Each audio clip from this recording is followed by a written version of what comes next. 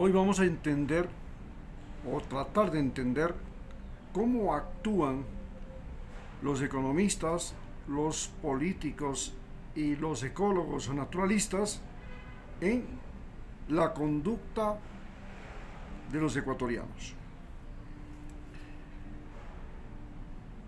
Todo esto lo haremos a partir de enfrentar el fenómeno del niño. Cómo el fenómeno del niño es el que ahora obliga a un cambio en la economía, un cambio en la política y un cambio en la conducta ecológica. El cambio en la conducta ecológica es obligatorio porque estamos bajo el efecto de la corriente del Niño y el calentamiento global, que significa lluvias, inundaciones, aumento del nivel del mar, fundamentalmente en el territorio costero ecuatoriano, mientras que en el territorio amazónico y buena parte de los Andes las perspectivas son a la inversa: sequías, pérdida de cultivos, baja de caudales, dificultad para generar energía hidroeléctrica, que es lo que en este momento está golpeando a Ecuador, que tenía la mayor parte de sus centrales hidroeléctricas en la cordillera oriental y pocas en la cordillera occidental, a tal punto que la provincia de Pichincha, con pequeñas centrales hidroeléctricas, ha pasado a convertirse en el mayor generador de energía hidroeléctrica gracias a que buena parte de esas mini centrales hidroeléctricas estaban en la cordillera occidental, la que está frente al Océano Pacífico. Bien, el fenómeno del niño es algo que nos obliga a que nosotros estemos bajo la información que generan los individuos que tienen conocimiento, experiencia y vida. Es los ecologistas. Estos ecologistas, personas que tienen conocimiento, que han estudiado el pasado, que han estudiado los efectos que tiene el calentamiento global en la biodiversidad, la conducta humana en el calentamiento global y en el fenómeno de la extinción, y que además también tienen noticia e información de cómo el ser humano ha pasado por estos eventos en diferentes momentos de su historia y ha vivido procesos de adaptación. Por ejemplo, el fenómeno del niño y el fenómeno de la niña, los dos fenómenos que van uno al lado del otro, porque después del fenómeno del niño viene el fenómeno de la niña. ¿Por qué se produce el fenómeno del niño? Porque hay un calentamiento del agua en el Océano Pacífico producido fundamentalmente por la gran corriente del Niño que viene desde el Océano Índico, baja Australia, y luego se dirige a las costas de Sudamérica. Esta enorme corriente de agua caliente trae mucha nube, mucho vapor de agua. Este vapor de agua llega a las cordilleras de los Andes. En el caso de Ecuador tenemos una cordillera oriental, una cordillera occidental y una cordillera amazónica, o tercera cordillera. Y allí se condensa, produce lluvias, y estas lluvias a su vez se convierten en ríos que aumentan su caudal, inundan fundamentalmente las planicies costeras, pero además a nivel global se produce un calentamiento global que ya viene desde tiempo atrás y contra el cual el ser humano está bajo alerta, está preocupadísimo, porque está derritiendo los polos, está derritiendo los glaciares en todo el planeta, y este aumento del agua en los ríos y en el océano hace que el nivel del mar suba, y a su vez La mayor cantidad de la población humana en este momento se encuentra fundamentalmente en zonas costeras. El mar no solamente que se ha convertido en la más importante fuente de alimentos para muchas zonas o poblaciones humanas, sino que además es la principal vía comercial del planeta. Por allí se transportan todos los bienes en este increíble y extraordinario fenómeno que denominamos globalización. Entonces el mar tiene una trascendencia, los océanos tienen una trascendencia que jamás antes en la historia lo tuvieron. Y por eso el fenómeno del Niño y el estar nosotros frente al Océano Pacífico, que es precisamente el lugar que ahora se ha convertido en la mayor autopista global del comercio mundial.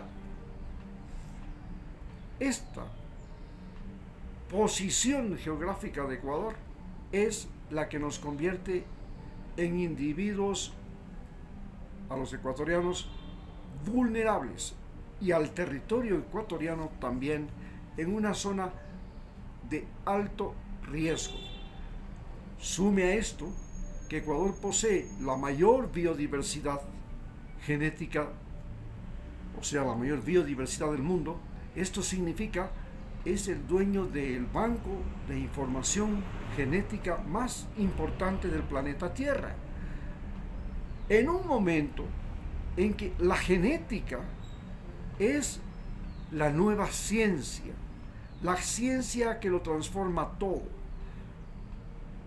Gracias a la genética hemos producido vacunas, pero ahora, gracias a la manipulación genética, estamos produciendo nuevas clases de alimentos mediante fecundación, mediante sistemas de invernaderos y varios sistemas de producción súper intensiva que permiten que, por ejemplo, se produzcan semillas y a su vez estas semillas producen frutos sin semilla, pero que tienen una mucha mayor cantidad de alimento, de jugos, etcétera, etcétera, porque son frutas, cereales como el maíz, etcétera. Todos estos que se llaman híbridos. Pero además, la genética se convierte en algo absolutamente importante porque el ser humano tiene proyectado en la próxima década comenzar a vivir en el espacio. Primero lo hará en lo que ya ha hecho, ya ha comenzado a hacer en bases espaciales.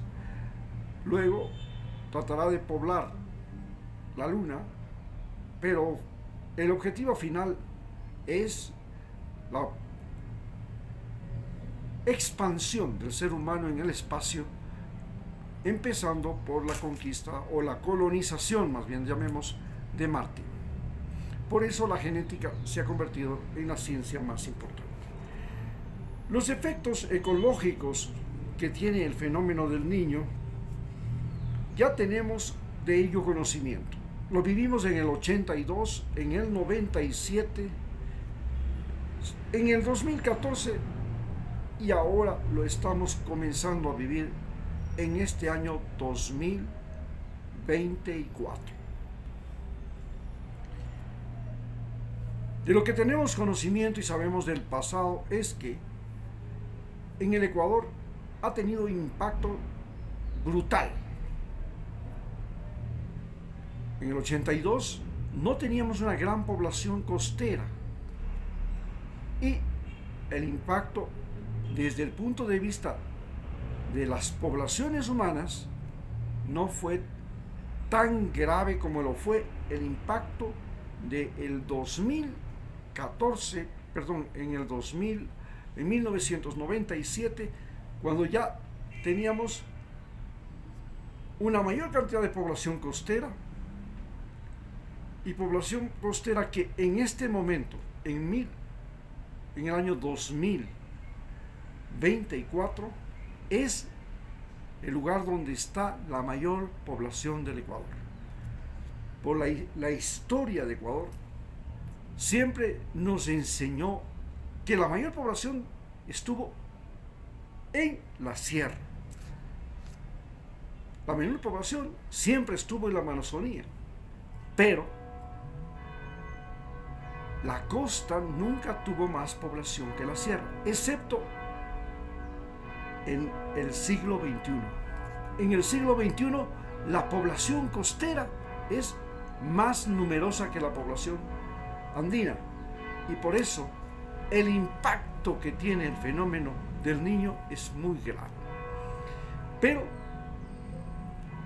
no solamente que es grave por las inundaciones, por el crecimiento de los ríos, por el aumento del volumen de las corrientes marinas, la penetración del océano en el interior de las costas, sino que además es un proceso complicado, porque la pandemia también afectó más a la población costera que a la población andina y amazónica. Todas las epidemias a lo largo de la historia han sido mucho más graves en las zonas costeras y fundamentalmente en zonas costeras de clima tropical que en zonas andinas de clima frío. Y esto lo hemos visto desde la conquista española. La peste bubónica en la costa fue catastrófica, el cólera catastrófico, la malaria catastrófica, el dengue catastrófico, la chikungunya catastrófica en la costa. En la sierra, el mayor problema ha sido fundamentalmente las enfermedades respiratorias, pero sin embargo, la pandemia del COVID fue más dañina en la costa que en la sierra. Y a su vez, hemos tenido la fiebre amarilla, hemos tenido enfermedades de transmisión sexual, la gonorrea, la sífilis, el VIH. Todos han tenido mucho mayor impacto en la costa que en la sierra. No se diga las enfermedades que son producidas por parásitos. Las poliparasitosis en la costa son endémicas, son terribles. Y hemos tenido desde la oncocercosis hasta la teniasis o muchas otras cantidades como la leishmaniasis en zonas tropicales, en zonas costeras. Entonces, el impacto del fenómeno del Niño, que aumenta la cantidad de agua, pero además en ciudades como Guayaquil, Esmeraldas, que están a nivel del mar, Atacames, las aguas servidas se regresan, y con ellas se regresan las deposiciones, la basura que no se logra recoger antes de la lluvia, se dispersa.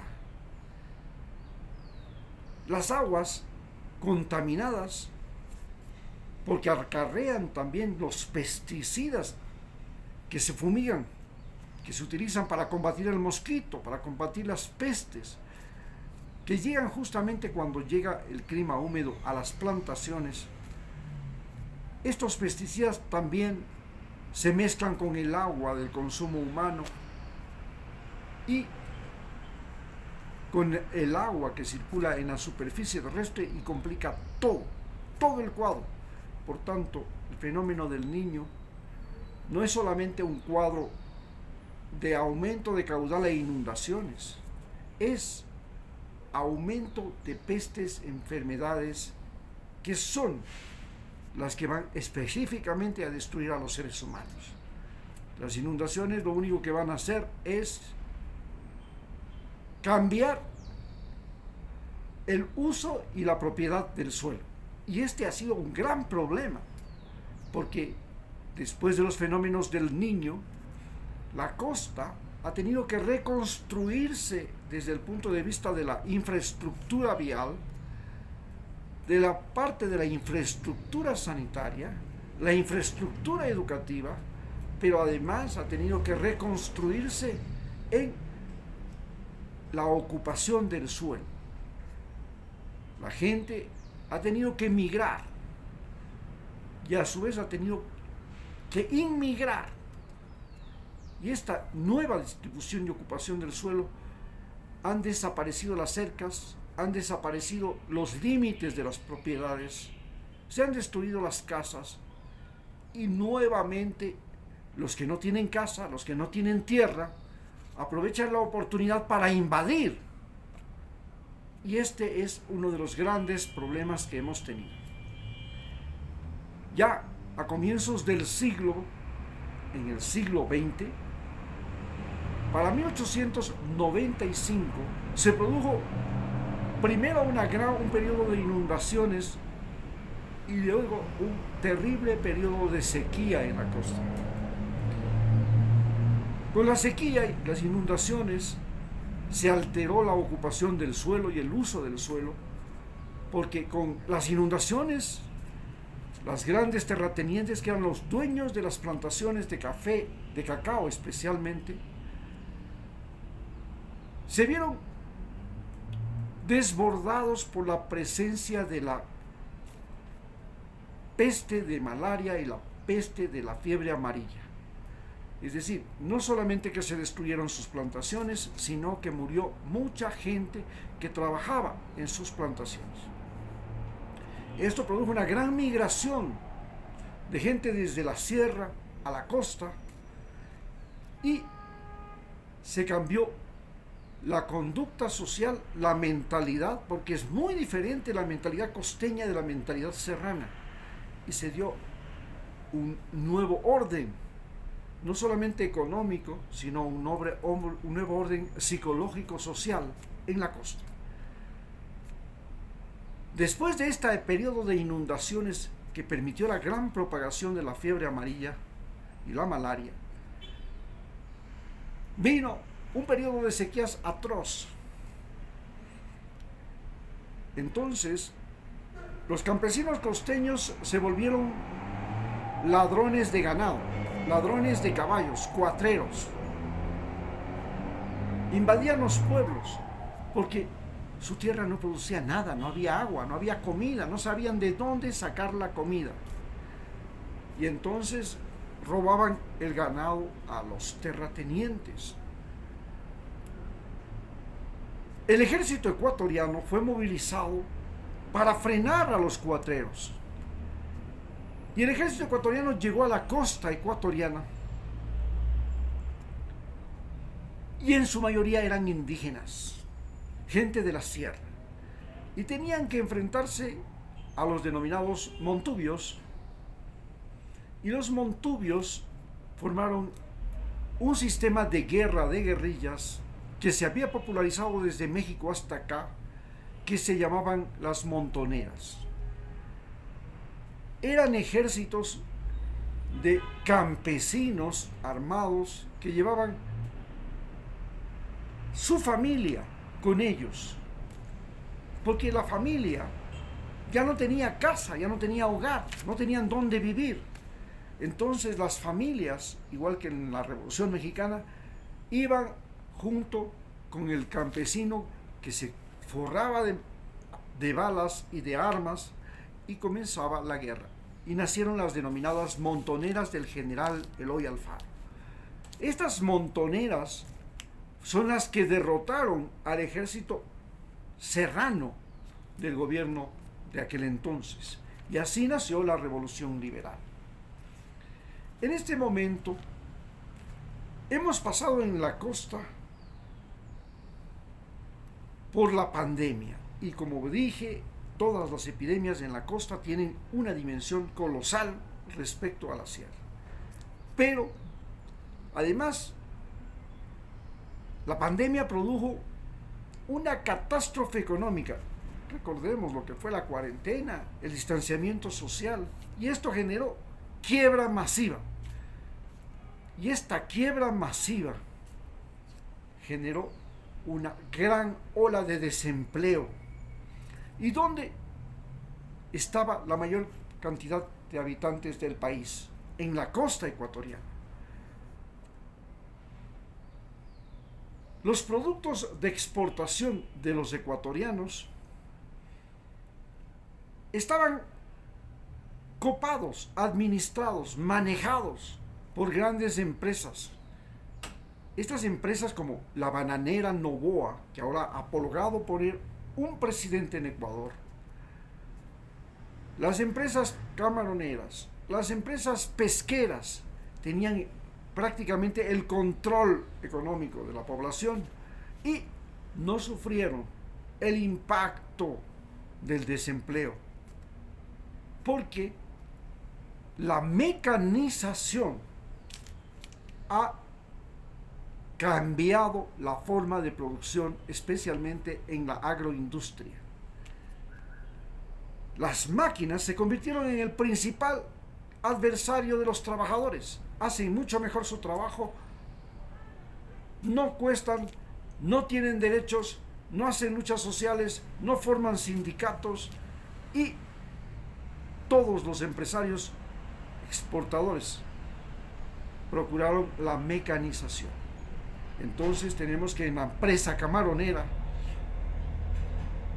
las empresas camaroneras tienen un individuo para que dé la comida y las empresas camaroneras tienen numerosos guardias, de tal manera que los camaroneros se convirtieron en capos de gente armada. Tenían ejércitos privados dentro de su camaronera, guardias que estaban a sus órdenes. Eso les dio un poder militar, un poder armado. Cuando hubo la crisis de las camaroneras en el año 1997, estos camaroneros tuvieron que cerrar las plantaciones de las camaroneras y desapareció. El Ecuador dejó de ser productor. Le llegó la peste blanca, la mancha blanca. Y todos estos guardias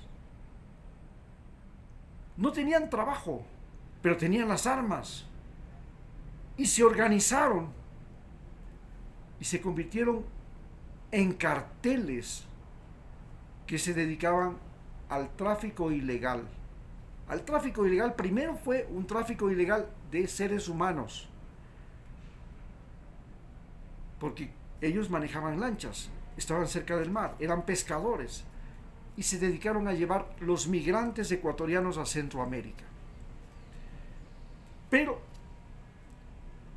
llevaban los migrantes ecuatorianos, ¿y qué traían de allá?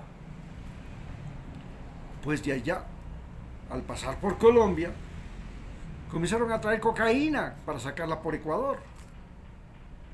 Y no solamente que llevaron migrantes ecuatorianos, también llevaron migrantes peruanos, llevaron migrantes chilenos, bolivianos, que llegaban a Ecuador y desde Ecuador usaban el Ecuador como trampolín para llegar a Centroamérica.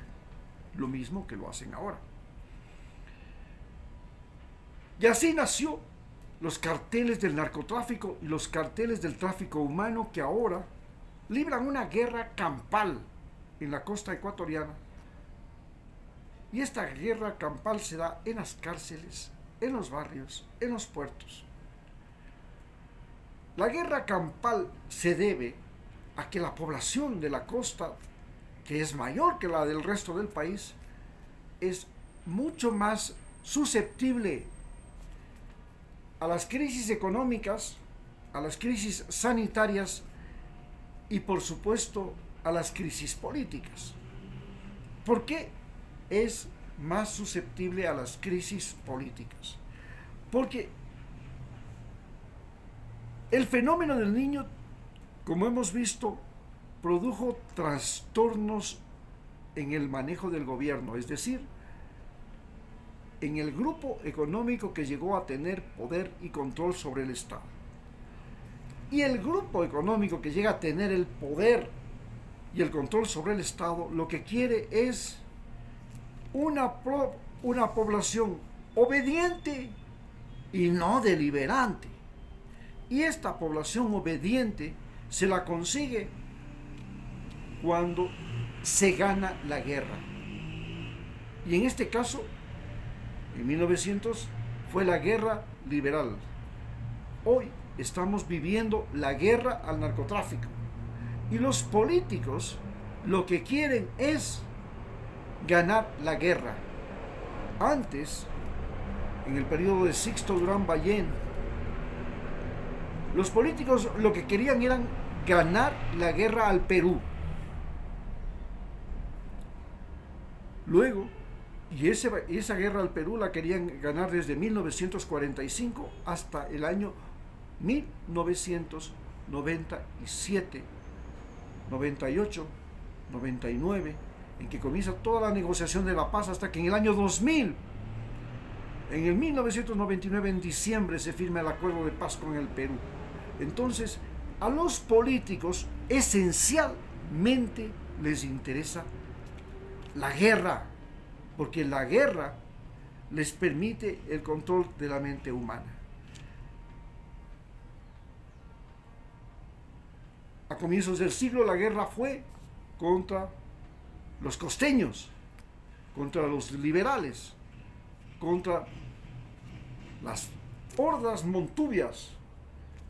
Esa guerra duró hasta 1941, en que somos atacados por el Perú y nos quitan el territorio.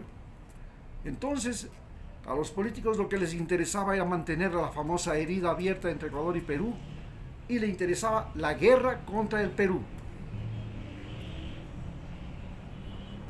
Finalmente, desde el año 2000, dejamos de tener el interés en la guerra contra el Perú y pasamos a ser parte de la denominada guerra al narcotráfico, que la lleva adelante Estados Unidos y en la que nosotros estamos involucrados.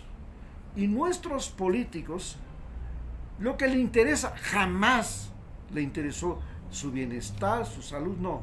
A un político lo más importante es la guerra. Para un político lo fundamental es la guerra. La guerra a la desnutrición, la guerra al narcotráfico, la guerra a todo lo que sea. Para un político lo más importante es la guerra. Para un economista, y entonces el fenómeno del niño ahora le pone al frente del problema de la guerra al narcotráfico. ¿Por qué?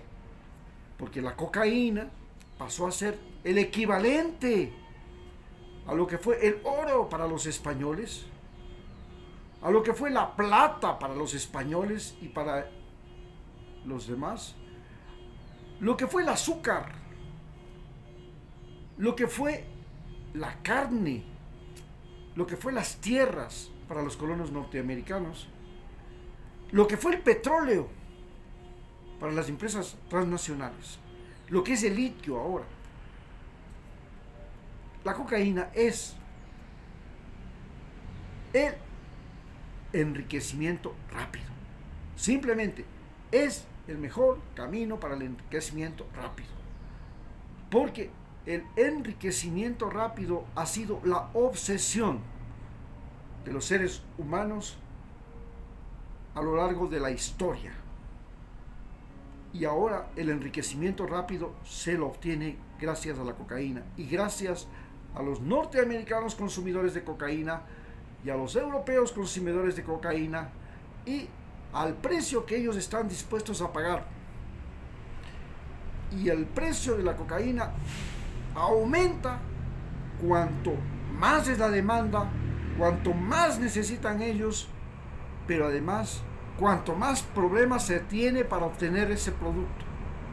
Mientras más difícil sea conseguir la cocaína y más problemas legales, problemas militares, problemas policiales, problemas judiciales tenga la cocaína, más cara será y más valiosa será y más gente se dedicará a la producción y tráfico de la cocaína. Y nosotros estamos metidos en esa guerra. Es así como funciona la mentalidad económica. ¿Cuál es el efecto económico del fenómeno del niño y de esta guerra al narcotráfico? Ustedes saben que en la economía y a los economistas lo que más les interesa es la riqueza la propiedad y a su vez el uso de la riqueza, el uso de la propiedad, el acceso a la riqueza, el acceso a la propiedad. Para ellos, los economistas saben que lo más importante es la oferta y la demanda. Y en la oferta y la demanda depende de eso para que exista producción. Y si existe producción, si existe la necesidad, vendrá entonces el trabajo humano. Para un economista, lo más importante es cómo explotar el trabajo humano. Pero, como vivimos en el siglo XXI, donde las máquinas nos están sacando a toda velocidad, donde la inteligencia artificial nos está desplazando, donde están desapareciendo por centenas los trabajos, estamos frente a una situación terrible, porque los economistas no pueden resolver el problema del trabajo humano. Los economistas ahora resuelven el problema del trabajo de las máquinas. Y ese es el principal oficio que tienen ahora los economistas. Ya no ayudar a los seres humanos a trabajar, no, ayudar a las máquinas a trabajar. Y este es el gran problema que nos enfrentamos. Y el fenómeno del niño nos llega justamente cuando la producción de banana se mecanizó y necesita menos trabajadores. La producción del camarón, peor todavía. La de la pesca, no se diga. Ahora vienen barcos con poca tripulación, pero con enormes redes sonares, etcétera, las flotas chinas, y pueden saquear un país, producir enlatado, producir conservas, etcétera, etcétera. Ahora es proceso industrial, ya no es proceso manual. Y entonces esto le golpea fundamentalmente a la costa ecuatoriana, que es productora de productos de exportación. En cambio, la sierra, que es productora de alimentos y que fundamentalmente es además la proveedora de agua, hace que la situación económica de la gente de la sierra sea mucho mejor que la situación económica de la gente de la costa. En consecuencia, estamos yéndonos hacia una guerra entre la costa y la sierra. Y esta guerra entre la costa y la sierra ya se identifica. La costa está con Rafael Correa y los correístas. La sierra y la Amazonía están con los enemigos de Correa. Pero además, la sierra está con los terratenientes, está con los banqueros, está con la Iglesia Católica. Y la costa está con todos esos resabiados, con todos esos alevosos, con esos narcos, con esos matones, con esos criminales, con esos ladrones, que no pueden encontrar trabajo en las camaroneras, en las bananeras, en las empresas pesqueras, y que además han sido desplazados por las máquinas, y que encuentran trabajo y encuentran la felicidad, la riqueza, el goce en el narcotráfico y en el tráfico humano. Muchas gracias.